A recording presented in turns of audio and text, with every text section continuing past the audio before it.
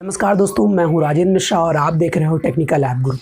दोस्तों, भारत की कुछ ऐसी संस्थाएं हैं जिनको आप हनुमान जी से तुलना कर सकते हो, क्योंकि वो विपरीत समय पड़ते ही ऐसा कुछ कर जाती हैं जिनसे ये सिद्ध हो जाता है कि कौन सो काट कठिन जगमाही, जैसा कि हनुमान जी के ऊपर सिद्ध होता था वैसा ही कुछ अपने यहाँ सिद्ध हो जाता है। जी हाँ दोस्तों, हम बात कर रहे हैं DRDO रूपी हनुमान जी और उनकी संजीवनी बूटी 2DG दवा के बारे में, यानी 2-डाई-ऑक्सी ग्लूकोज के बारे में। जी हाँ, काफ़ी चर्चे में रही है ये दवा और ये कोरोना की सबसे कारगर दवाओं में से एक है भारत की, और सबसे बड़ी सफलता भी भारत की है, जो कि 100% रिजल्ट देने के लिए कोरोना के मरीजों को ठीक करने के लिए है। तो आज के इस वीडियो में हम लोग यही बात करने वाले हैं कि 2DG दवा कैसे बनी, किस तरह से काम करती है, किस तरह से ये बेनिफिट करती है और कितने ट्रायलों के बाद में इसको सिद्ध किया गया और इसे मंजूरी क्यों दी गई।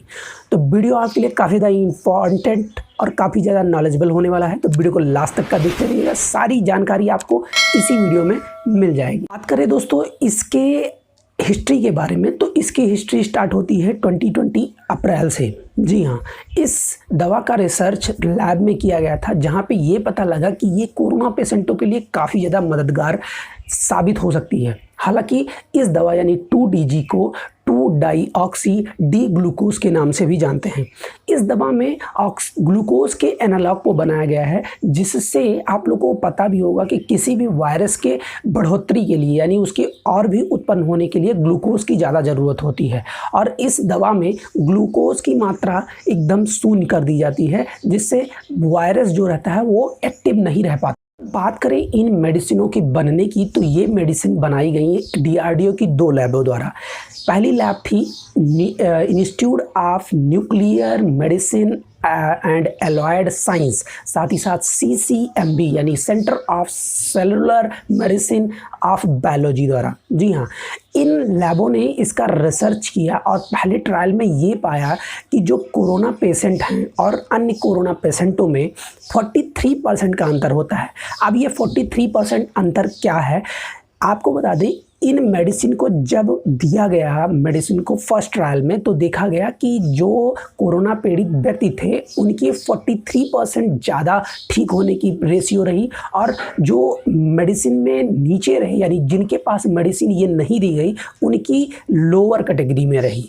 तो ये जो मेडिसिन बनाई गई वो टोटली लैब बेसिस पे बनाई गई, यानी क्लिनिकल ट्रायल मेथड को इसमें भी फॉलो किया गया। इसमें क्लिनिकल ट्रायल मेथड के द्वारा 3 चरणों में इसका पूरा ट्रायल किया गया। तो इस रामबाण संजीवनी बूटी की यानी 2DG दवा की, यानी 2-डाई-ऑक्सी डी ग्लूकोज दवा के ट्रायल के लिए, तो इसके ट्रायल, पहला जो ट्रायल हुआ था वो लैब बेसिस हुआ था, जिसका जिक्र मैं पहले कर चुका हूँ, जिनमें 2 लैबें जोड़ी गई थी, एक NMAS और दूसरी थी CCMB। ठीक है, इन दोनों लैबों द्वारा पहला ट्रायल किया गया और जिसमें सारी जानकारियों के बारे में पता लग सका कि ये कोरोना के लिए मददगार हो सकती हैं। बात करें अगर दूसरे ट्रायल के बारे में दोस्तों, तो इस दवा का दूसरा ट्रायल जो हुआ वो मई से अक्टूबर के बीच में 2020 में हुआ, जिसकी परमिशन DCGI यानी ड्रग्स कंट्रोलर ऑफ इंडिया के जर्नल द्वारा दी गई, जिसमें पाया गया कि मरीजों में टोटली 110 मरीजों को ये दवा डिस्ट्रीब्यूट की गई, और इसमें पाया गया कि करीब जिन मरीजों को ये दवा दी गई थी उनमें जो सुधार की, यानी उनकी हेल्थ की जो सुधार की बात की गई, वो 2.5 गुना ज़्यादा बढ़ोतरी देखी गई। साथ ही साथ ऑक्सीजन की डिमांड भी काफ़ी ज़्यादा कम हो गई। तीसरे ट्रायल का प्रॉपर तरीके से यूज़ दिसंबर 2020 से जब मार्च 2021 तक का हुआ, इसमें पाया गया कि जो मरीज रहे इनकी संख्या को दोगुना किया गया, और भारत के कई सारे राज्यों में, नहीं दिल्ली, गुजरात, महाराष्ट्र जैसे राज्यों में इसको यूज किया गया, और वहाँ पे जो ऑक्सीजन की डिमांड थी इन मरीजों की, वो करीबन 3 दिन पहले ही अच्छी हो जाती थी। यानी कहने का मतलब दोस्तों कि जिन मरीजों को ये दवाई दी गई, उन्हें ऑक्सीजन की जो डिमांड होती है वो अन्य मरीजों की अपेक्षा 3 दिन पहले तक का ही रहती थी, उसके बाद में वो उससे पहले ही वो रिकवर हो जाते थे, यानी 3 दिन के ऑक्सीजन को रिकवर कर लिया। साथ ही साथ अगर बात करें इसके रेशियो की, जो कि मैंने पहले ही बता दिया, वो 40 42:31 रहा, जिसमें 42 लोगों को इस दवा को दिया गया, जिसमें इनमें 42 लोग ही अच्छे तरीके से हो पाए और उसके बाद में 31% लोग जो कि इनको दवा नहीं दिया गया है उसका रेशियो रहा।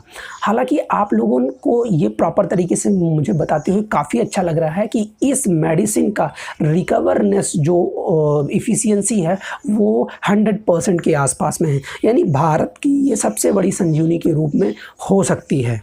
दोस्तों, इस दवा के काम करने के ढंग की तो इस दवा के काम करने के ढंग के बेसिस पर DRDO के वैज्ञानिक जिन्होंने इस दवा को डेवलप करने में सहयोग किया था, डॉक्टर AK मिश्रा की माने तो वो बताते हैं कि किसी भी वायरस को आगे बढ़ने के लिए यानी उसके जीवोत्पादन के लिए ग्लूकोज का काफ़ी ज़्यादा ज़रूरत होती है। अगर अब बॉडी में ग्लूकोज की मात्रा को कम कर दिया जाए या दिया ही ना जाए तो वायरस के डेवलप होने के चांसेस कम हो जाते हैं।